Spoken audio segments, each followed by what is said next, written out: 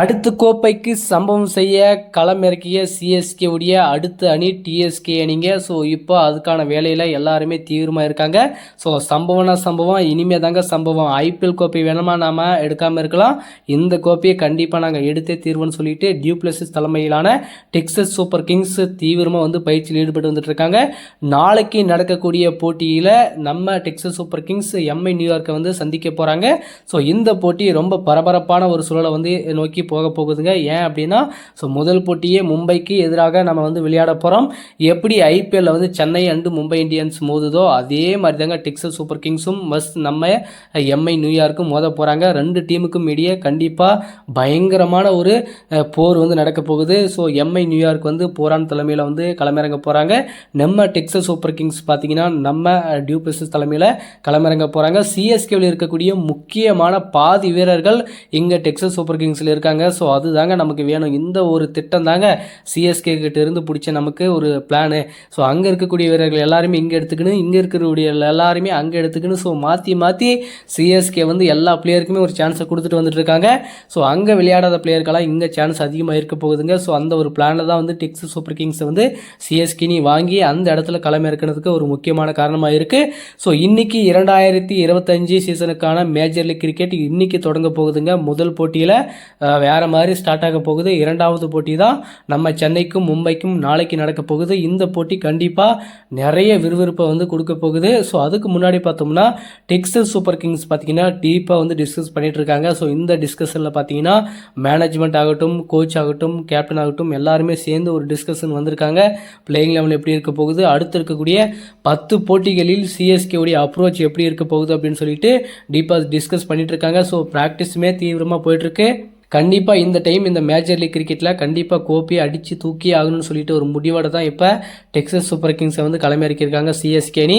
So நம்ம CSK உடைய CEO Kashi Viswanathan அவர்கள் நேற்று டெக்சஸ் சூப்பர் கிங்ஸ் வீரர்லாம் சந்தித்து ஒரு அற்புதமான மீட்டிங் அரேஞ்ச் பண்ணி ஒரு டீ பார்ட்டி டிஸ்கஸ் பண்ணிட்டு இருந்தாங்க.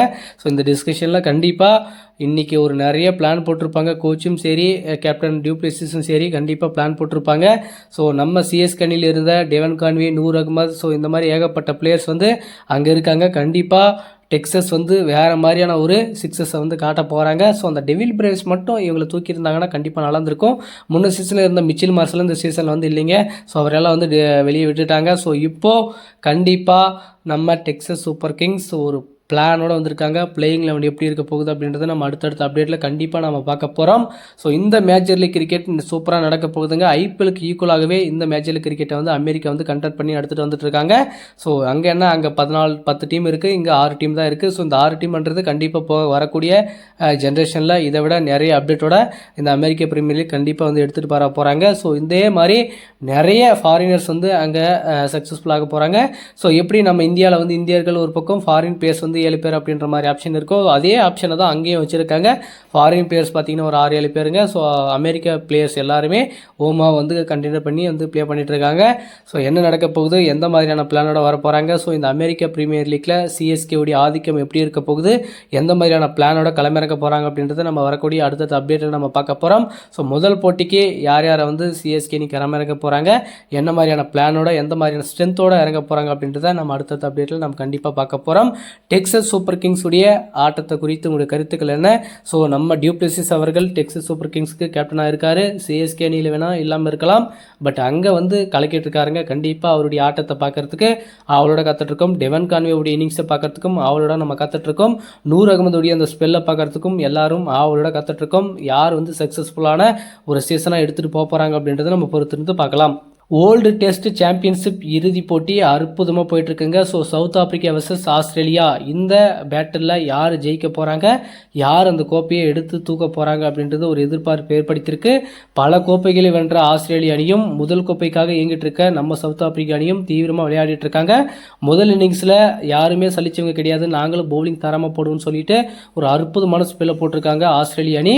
ஒரு கட்டத்தில் சவுத் ஆப்பிரிக்கா அணி ஒரு நல்ல செட்டிலான பிளேஸில் இருந்தாங்க. 121 ரன்னுக்கு 5 விக்கெட் இருந்தாங்க. ஸோ அங்கிருந்து ஆட்டத்தை அப்படியே தலைகளாக மாற்றினாருங்க பேட் கமின்ஸ் அவர்கள். ஸோ ஒரு அற்புதமான போலிங்கை ஒரு 6 விக்கெட்டை வீழ்த்தி சவுத் ஆப்பிரிக்காவை வெளியவே அனுப்பிட்டாங்க அப்படின்னு கூட சொல்லலாம். ஸோ இரண்டாவது இன்னிங்ஸை சக்ஸஸ்ஃபுல்லாக தொடங்கிய ஆஸ்திரேலிய அணி 140 ரன்னுக்கு நம்ம 8 விக்கெட்டை இழந்து தடுமாறிட்டு இருக்காங்க. என்னதான் தடுமாறிட்டு இருந்தாலுமே 2வது இன்னிங்ஸில் லீடு பார்த்தீங்கன்னா 218 ரன் லீடு இருக்காங்க. ஸோ அவங்க முதல் இன்னிங்ஸில் 218 ரன் அடித்தாங்க. இப்போ லீடு 218 ரன் இருக்குது. ஸோ சவுத் ஆப்பிரிக்கா பார்த்தீங்கன்னா 128க்கு 38க்கெல்லாம் ஆல் அவுட் ஆகிட்டாங்க. அப்படி இருக்கும்போது ஸோ இந்த ஸ்கோரை வந்து அவங்க டிஃபெண்ட் பண்ணுவாங்களா, சேஸ் பண்ணுவாங்களா அப்படின்றது தான் இப்போ சவாலாக இருக்க போகுது. இன்னும் பார்த்தீங்கன்னா நமக்கு 2 தினங்கள் இருக்குங்க. ஸோ இன்றைக்கி ஆஸ்திரேலியனையே சொல்லிட்டு ஒரு 240 250 ரன் டார்கெட் வந்து ஃபிக்ஸ் பண்ணாங்க அப்படின்ற பட்சத்தில் கண்டிப்பாக சவுத் ஆப்பிரிக்கா அணி ஒரு ப்ரெஷரோட வந்து ஹேண்டில் பண்ண போகிறாங்க. ஸோ அவ்வளோ சீக்கிரம் வந்து ஆஸ்திரேலியா கிட்ட சேசிங் பண்ணுறது ரொம்ப ரொம்ப கஷ்டங்க. பட் இருந்தாலுமே யாரையாச்சும் ஒரு இன்னிங்ஸை வந்து கையில் பிடிச்சி எடுத்துகிட்டு போனால் மட்டும்தான் அந்த ஸ்கோரை வந்து பக்கத்தில் நெருங்கிறதுக்கான வாய்ப்புகள் அதிகமாக இருக்குது. ஸோ சவுத் ஆப்பிரிக்காவுடைய அப்ரோச் எப்படி இருக்க போகுது அப்படின்றத நம்ம கண்டிப்பாக பார்க்கணுங்க. ஏன் அப்படின்னா அவங்களுடைய கனவு இறுதிப் போட்டியில் ஏற்கனவே பல தோல்விகளை சந்தித்து தான் வந்திருக்காங்க. உலகக்கோப்பை ஆகட்டும், T20 உலகக்கோப்பை, சாம்பியன்ஸ் ட்ரோஃபின்னு சொல்லிட்டு ஏகப்பட்ட இடத்துல அவங்க வந்து அடி வாங்கிட்டாங்க. ஸோ அதனால் இந்த இடத்துல அவங்க அடி வாங்காமல் தப்பிக்கணும் அப்படின்னா கண்டிப்பாக இந்த இடத்துல அவங்க எஃபெக்ட் போட்டே ஆகணுங்க. இப்போ சேசிங் பண்ணுற ஒரு சுச்சுவேஷனில் அவங்க இருக்காங்க. மேபி சவுத் ஆப்பிரிக்கா அணி டாஸை வின் பண்ணி ஃபர்ஸ்ட் பேட்டிங் எடுத்து ஒரு நல்ல ஸ்கோர் கொடுத்துருந்தாங்கன்னா கண்டிப்பாக அவங்களுக்கு எந்த ஒரு ப்ரெஷரும் இல்லாமல் ஃப்ரீயாக ஆடி இருக்கலாம். பட் இப்போ ஆஸ்திரேலியா அணிக்கு ஒரு மிகப்பெரிய ஒரு வாய்ப்பு இருக்குங்க. ஸோ அவங்க மீண்டும் வேர்ல்டு செஸ் சாம்பியன்ஷிப் வந்து ஜெயிக்கிறதுக்கான ஒரு வாய்ப்பை கிரியேட் பண்ணி வச்சுருக்காங்க. கிட்டத்தட்ட பார்த்தீங்கன்னா ஒரு 70% வந்து ஆஸ்திரேலியா கிட்ட தான் இருக்குது அப்படின்னு கூட நம்ம சொல்லலாம். அடுத்து அந்த 30% வந்து சவுத் ஆப்பிரிக்கா கிட்ட இருக்குது. ஸோ அந்த 218ன்றது ஒரு 230க்குள்ளே ஆல் அவுட் பண்ணி அந்த 230ன்றது ஒரு டார்கெட்டை வந்து ஃபிக்ஸ் பண்ணி சவுத் ஆப்பிரிக்கா அணி ஒரு கான்ஃபிடண்ட்டான ஒரு ஸ்கோர் எடுத்துகிட்டு போனால் மட்டும்தான் இந்த இடத்துல அவங்க ஜெயிக்கிறதுக்கான வாய்ப்புகள் இருக்குது. ஸோ ரொம்ப பரபரப்பை ஏற்படுத்தியிருக்காங்க. ஸோ இந்த பரபரப்பில் யார் வந்து கோப்பை எடுக்க போகிறாங்க, சவுத் ஆப்பிரிக்காவுடைய அந்த கனவு நிறைவேறுமா, இறுதிப் போட்டி செமிஃபைனல்னு சொல்லிட்டு இந்த மாதிரி சுச்சுவேஷன்லேயே பல டைம் கோப்பைகளை வந்து தவற விட்டுருக்காங்க. ஸோ T20 உலகக்கோப்பையில் இந்தியா கிட்டையும் வந்து ஃபைனல்ஸை தோற்றுருக்காங்க. அதே மாதிரி உமன்ஸும் வந்து ஃபைனல்ஸ் போய் தோற்றுருக்காங்க. ஸோ இந்த மாதிரி ஏகப்பட்ட விஷயங்கள் இருக்குங்க. ஸோ என்ன பண்ண போகிறாங்க சவுத் ஆப்பிரிக்கா அணி, எந்த மாதிரியான திட்டத்தோட, எந்த மாதிரியான பிளானோட, எந்த மாதிரியான அக்ரெசிவான இன்டென்ட்டோட வர போகிறாங்க அப்படின்றத நம்ம பார்க்கணும். இங்கிலாந்து லார்ட்ஸ் மைதானத்தில் நடந்துகிட்ருக்க இந்த டெஸ்ட் போட்டி அற்புதமாக போயிட்டுருக்கு. கண்டிப்பாக சவுத் ஆப்பிரிக்காவுக்கு ஒரு வாய்ப்பு இருக்குது. இந்த வாய்ப்பை அவங்க பயன்படுத்தி கப் அடிக்கிறாங்களா அப்படின்றத நம்ம பார்ப்போம். எல்லாருடைய எதிர்பார்ப்பும் யார் அடிக்கணும் அப்படின்றது இருக்குன்னா கண்டிப்பாக சவுத் ஆப்பிரிக்கா தான் அடிக்கணும்னு சொல்லிட்டு எல்லாருமே நினச்சிட்டு இருப்பாங்க. ஏன்னா அவங்க தான் அன்லக்கி டீமுங்க. ஸோ எந்த இடத்துல போனாலுமே அவங்களுக்கு அடிக்கு மேல் அடி வந்துகிட்டே இருக்குது.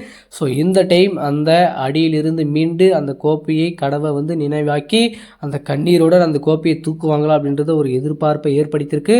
ஸோ எல்லா ரசிகர்களும் அதுக்காக தான் வெயிட் பண்ணிகிட்டு இருக்காங்க. என்ன தான் இந்தியாவுக்கு சப்போர்ட் பண்ணாலுமே சவுத் ஆப்பிரிக்காவுடைய அந்த கடின உழைப்புக்கும் அந்த கடின முயற்சிக்குமே அவங்க இந்த டைம் கப் அடிக்கணும்னு சொல்லிட்டு எதிர்பார்த்துட்டு இருக்காங்க. ஸோ என்ன நடக்க போகுது, சவுத் ஆப்பிரிக்கா அணி என்ன பிளான் பண்ணியிருக்காங்க, ஸோ அவங்கள ஆல் அவுட் பண்ணிவிட்டு அந்த 230 சேஸை எப்படி டார்கெட் பண்ண போகிறாங்க அப்படின்றத நம்ம பொறுத்திருந்து பார்க்கலாம். கண்டிப்பாக ஆஸ்திரேலியனையும் அவ்வளோங்க சலிச்சவங்க கிடையாது. கண்டிப்பாக பவுலிங்கில் அவங்களுக்கு டஃப் தரதான் போகிறாங்க. அதையும் தாண்டி அவங்களால அதை வந்து டார்கெட்டை ஃபினிஷ் பண்ணால் மட்டும்தான் அந்த கோப்பையை எடுக்கிறதுக்கான வாய்ப்பு இருக்குது. ஸோ என்ன பண்ண போகிறாங்க, என்ன மாதிரியான பிளானோட வர போகிறாங்க அப்படின்றத நம்ம பார்ப்போம்.